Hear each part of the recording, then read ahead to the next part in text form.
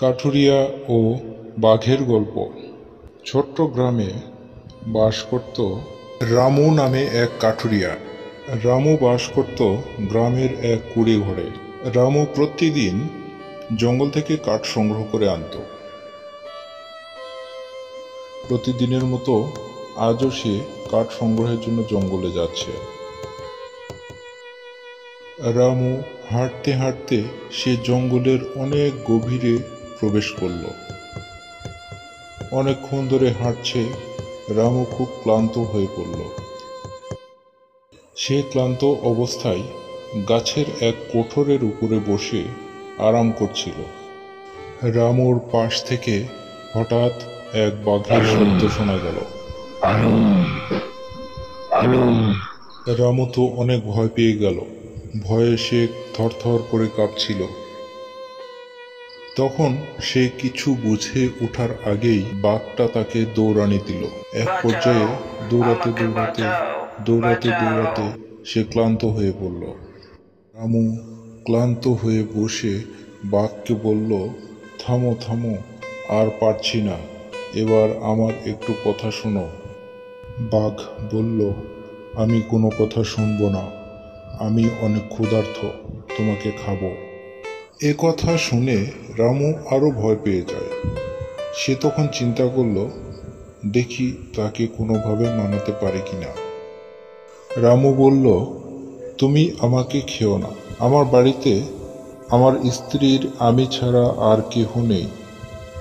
আমাকে যদি তুমি খেয়ে ফেলো তাহলে সে বড্ড একা হয়ে যাবে। তার চেয়ে আমি তোমাকে প্রতিদিন বাজার থেকে খাবার কিনে নিয়ে এসে খাওয়াবো, তবুও তুমি আমাকে খেও না।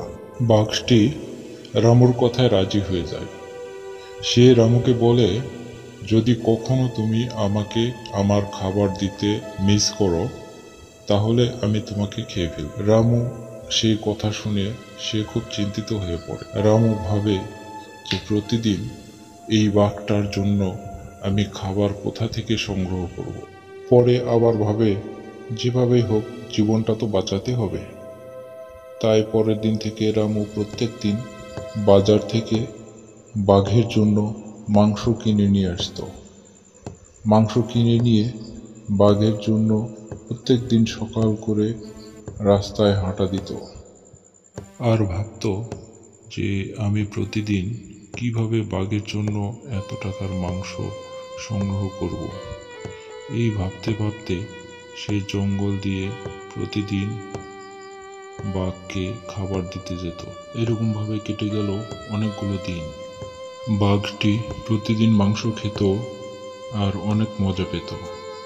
বাঘটি রামুকে বলতো, তুমি খুব ভালো, তুমি আমার জন্য প্রতিদিন মাংস নিয়ে আসো। সেই সময় রামু বলে উঠল, আমি অনেক গরিব মানুষ, আমি তোমার জন্য কিভাবে প্রতিদিন মাংস কিনে নিয়ে আসি তুমি কি জানো? তোমার খাবারের জন্য আমাকে অনেক কষ্ট করে টাকা জমা করতে হয়। এ কথা শুনে বাঘটি অনেক কষ্ট পেল। বাঘটি রামুকে বলল, তুমি কষ্ট পেও না, আমি তোমার সব কষ্ট দূর করে দেব। আমি তোমাকে একটি গুপ্তধনের সন্ধান দিচ্ছি, সেখানে তুমি যাও এবং গুপ্তধনটি সংগ্রহ করো। এই কথাটি শুনিয়ে রামু অনেক খুশি হলো।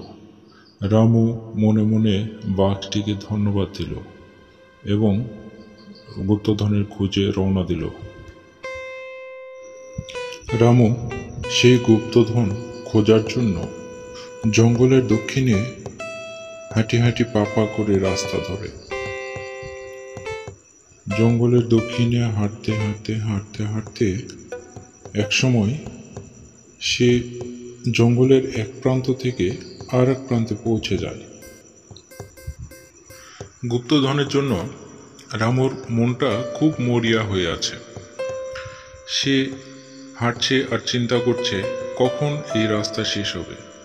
এ কি, হঠাৎ রামু দেখতে পায় কলসে ভর্তি সোনার মোহর। রামু তো অনেক খুশি। রামু দেখে আর ভাবে, সে চিন্তা করে যে এই সোনার মোহরগুলো নিয়ে আমি আমার আশেপাশে সব গরিবদের সহযোগিতা করব। রামু সোনার মোহরগুলো বাসায় নিয়ে গিয়ে সে সুন্দর করে একটি নতুন বাড়ি তৈরি করে এবং সুখে শান্তিতে দুই স্বামী স্ত্রী গ্রামে বসতি শুরু করে। আর এদিকে বাঘটি ভাবে, আহারে, এমন ভালো মানুষ যদি আরও হইতো তাহলে পৃথিবীটা কতই না সুন্দর হইতো।